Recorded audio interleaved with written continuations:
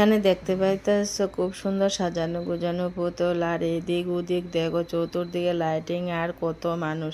বুঝতেই পারছো শালবাগান আর লিচু বাগানের মাঝখানে যে মেলাটা হয় সেই মেলাটা দোল পূর্ণিমার 13 দিন পরে কিন্তু সেই মেলাটা হয়।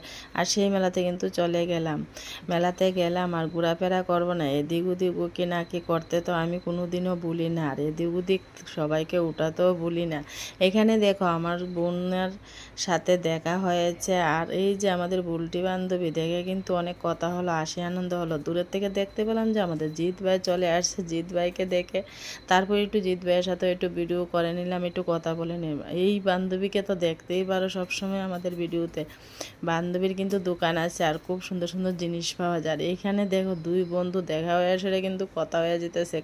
আর মেলার এদিক ওদিক কেনাকাটা কারোর বদ্ধ নেই, আমি তো কোনো কিছুই কিনলাম না, খালি ঘুরতেই রইলাম, কারণ ব্যাগের মধ্যে তো পয়সা নাই, কি করব বলো।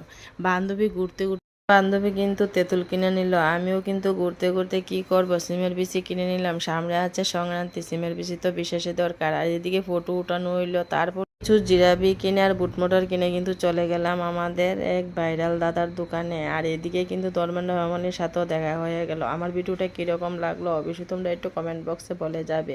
ভাইরাল দাদার থেকে কিন্তু আমরা বানানো নিয়ে চলে আসলাম বাড়িতে। Tata, bye bye.